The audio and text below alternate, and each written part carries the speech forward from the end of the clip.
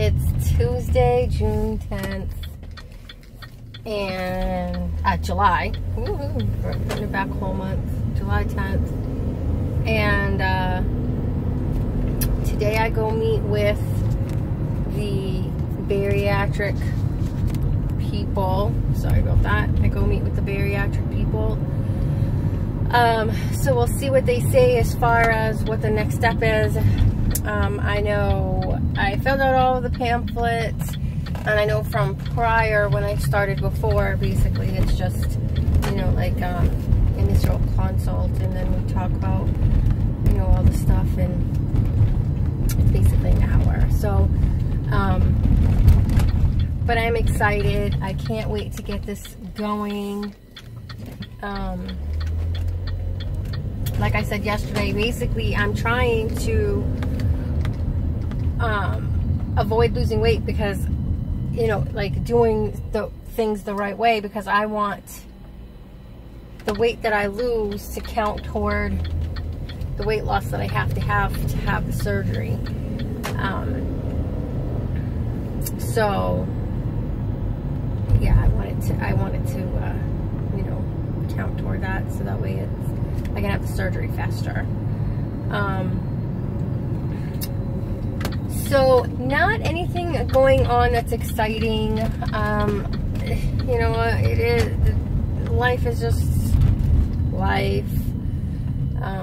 You know, I had a couple of conversations with some people yesterday, and I just find it so, I don't even know what the word is that I'm looking for. I just don't understand how people can be so complacent with, you know, not seeing actual facts of what's going on in this world. You know, they're perfectly okay with racism, discrimination, in actuality, they blame the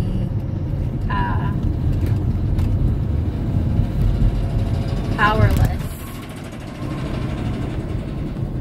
So yesterday, you know, like, so it's basically they blame the powerless to remain powerful, which is very, very sad. That's how you have to gain your power. That's how you get your confidence, is by shitting on the little person. It takes a real piece of work to do something like that, you know. I'll never understand that, I guess. So, you know, I will never understand that, ever. You know, I say, it's funny because I say, you know, that because we live in this wonderful country called America, you know, they have the right to remain ignorant. And anything they say and do will be based off of that ignorance. Hold on, I gotta say it in my head, because you have the right to remain silent. Anything you say or do can be used against you in court of law. You have the right to an attorney. They have a right to their privilege, their white privilege. If you cannot afford an attorney, one will be appointed for you. And they will never know when they're actually using that white privilege, because it is there for them to use. You know, it's so you have a right to your ignorance. Anything you say or do will be based off of that ignorance. You have the right to use your white privilege. You will never know that you are actually using your white privilege, because it is always there for you.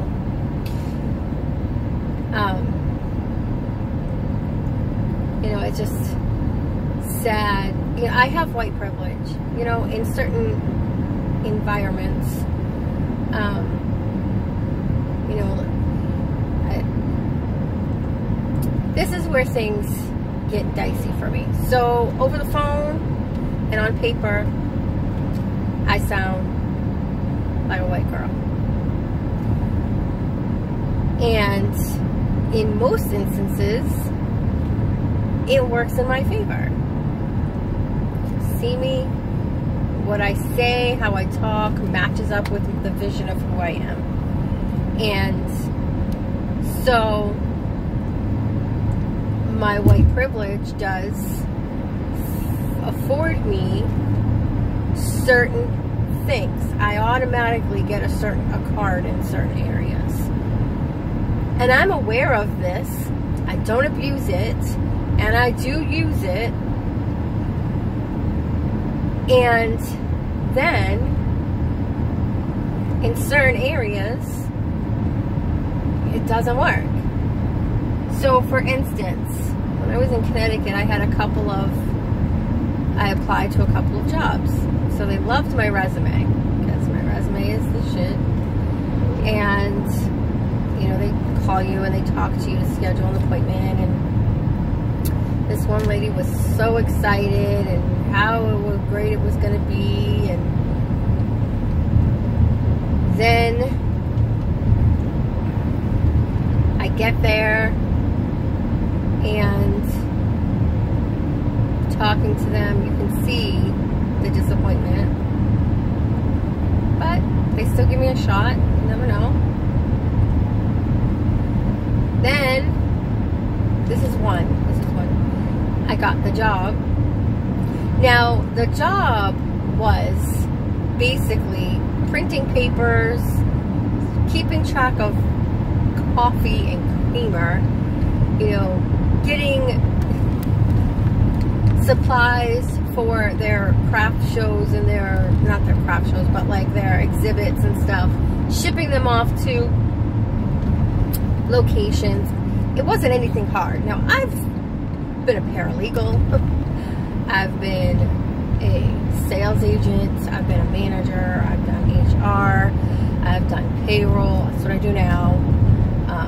You know, I do administrative work now.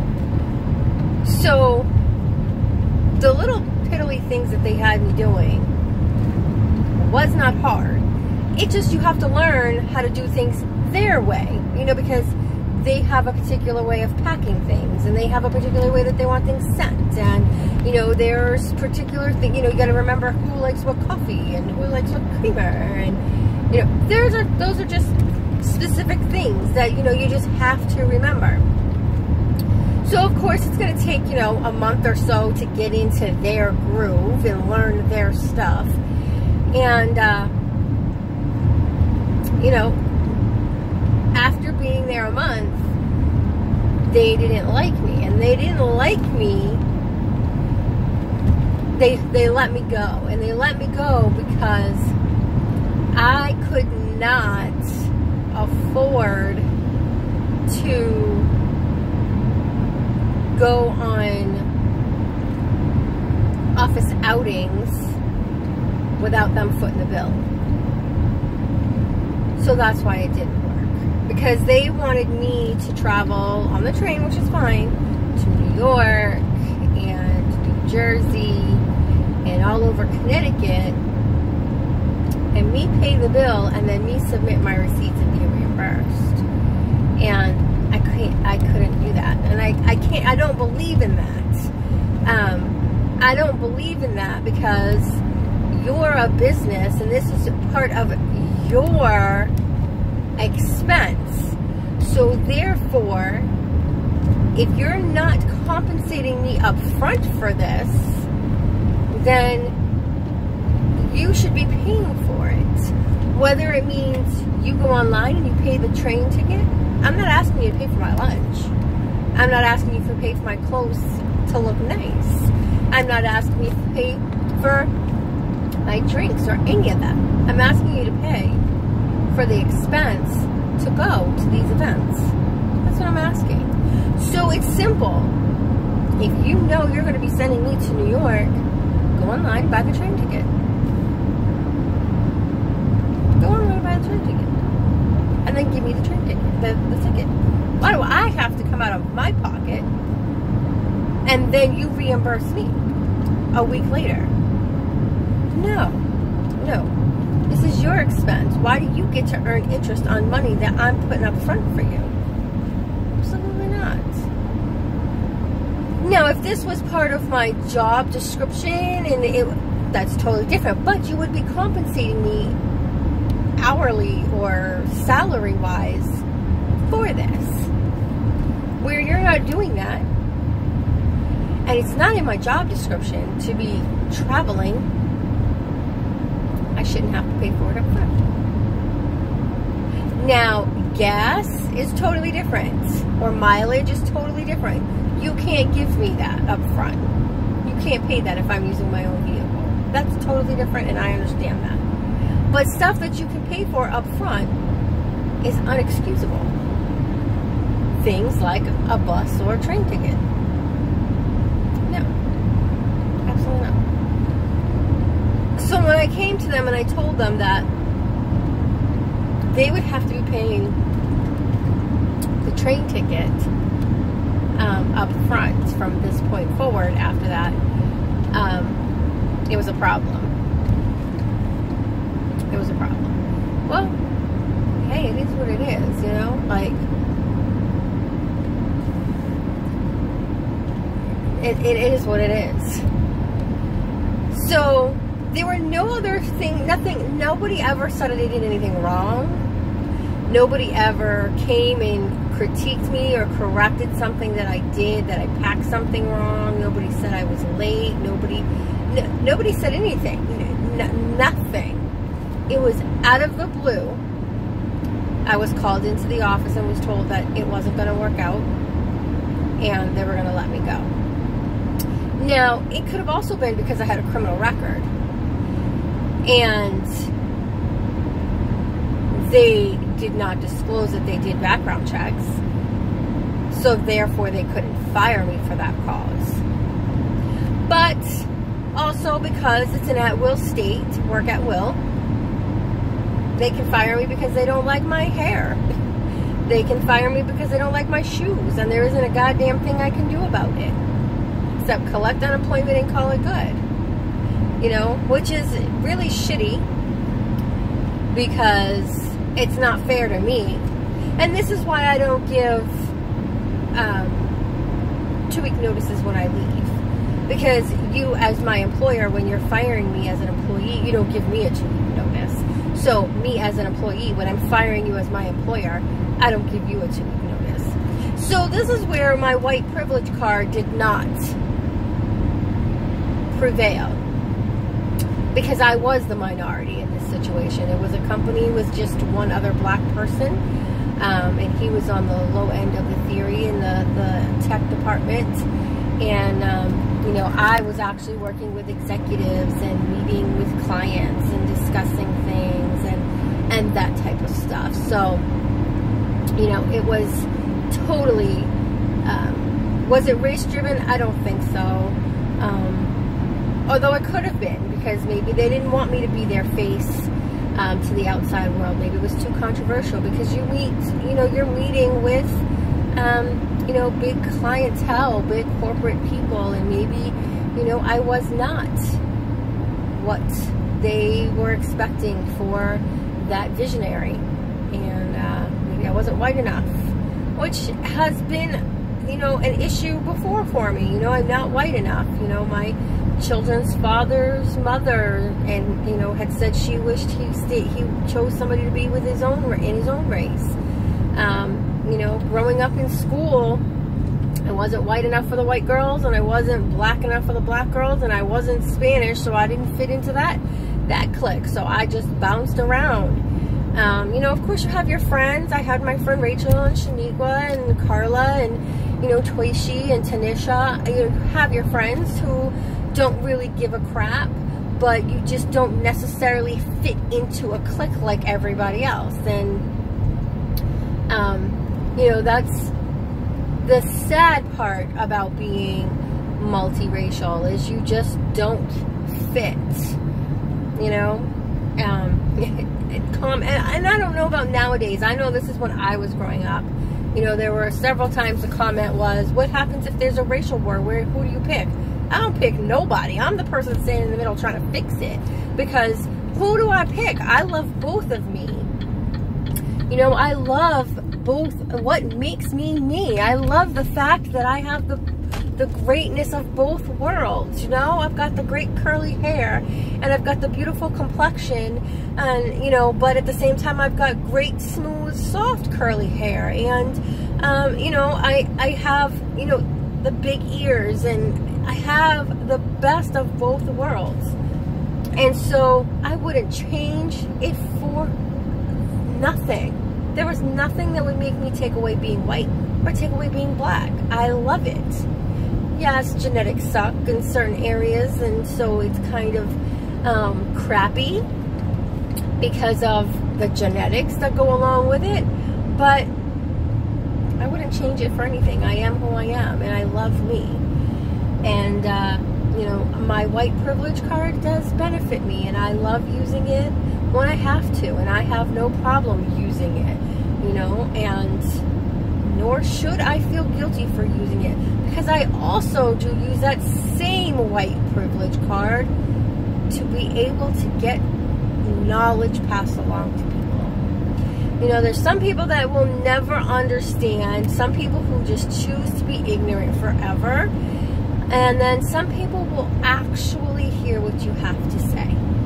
And I've had a couple of friends who blatantly believed that there is no such thing as racism, or there is no such thing as injustices, and there is no, that is just the person making an excuse. And then I've gone and shown some examples and given some information and given some insight to somebody who's actually experienced it, and then they see, and they understand, and they see things differently. That's my white privilege working, because if I was a black person speaking to them, they would have never ever heard what I was trying to say. But because I have that white privilege card, they heard me. So I'm aware of it, and I use it, and I'm proud of it, and I use it for the greater good. I don't use it to shit on people. I will never shit on anybody. I believe I was put on this planet to help others, to open others' eyes. That's what I was given this treasure for. So, you know, those are the conversations that I had yesterday. It's really hard because there's some people who just don't want to see it, and they just want to be blind because they've never experienced anything, or they haven't seen it firsthand. So it's hard for them to comprehend that anything like that actually happens. It's got to be a lie. There's got to be something else that's causing this issue, you know. And sadly, it's not a lie, and there's nothing else causing the issue. You know, it's a true fact. Keeping your power is by not allowing others to have it. I mean, look, the slaves were not allowed to read for a reason. If they were allowed to read and become educated, there would be an uproar. And look what happened. You know, as long as we keep you dumb and in the dark, you will always be indebted to us, because you will see that we are what give you life. That's how that works. Well, you know what I say, the best investment you can make is an investment in you. What are you investing in you today? Today I'm investing going to the doctors, and hopefully spending not so much money. Hopefully the insurance will pick up most of the cost, and getting this done. So you guys have a great day, and I uploaded all those videos from last week. So you guys have a great day, and I will see you tomorrow. Bye-bye.